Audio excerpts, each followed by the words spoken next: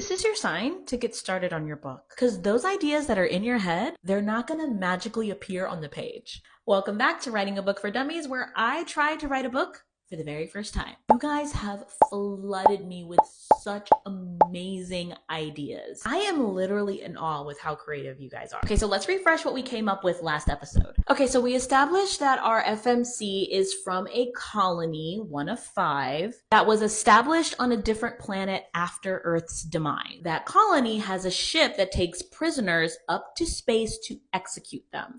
On the ship, they have these machines called extractors that aid in getting information from the inmate's subconscious. At first, I had the extractors to be an aid into finding out if the inmates were innocent or guilty, like looking into their memories to see if they committed the crime. But one of you suggested that that wasn't probably the best choice, that the prison should already know their guilt, and that's why they're on death row in the first place. And the extractors should be more for getting information about other criminals or implicating other criminals. So like accomplices or snuffing out any rebellion. Also, one of you guys said that this particular colony should be head of science and technology, and that's the reason why they have ships and the other colonies don't. All amazing ideas that is making this story so awesome. Okay, so we are moving on to character.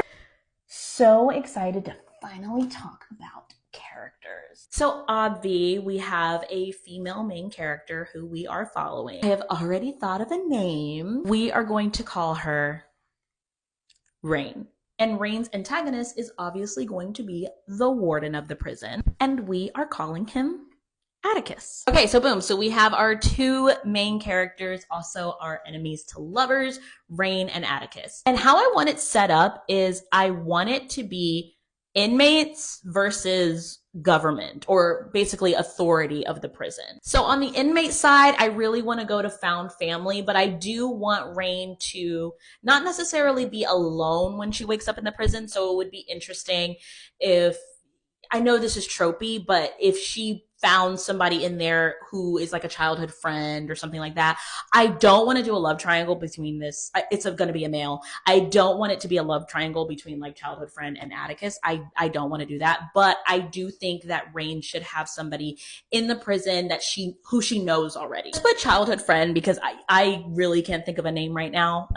But it is going to be a male, and it is somebody that Rain knows. But going to the found family trope, I really, really, really want to do a sister sibling trope so bad. So I want to put a younger female in here. Somebody that's like reminiscent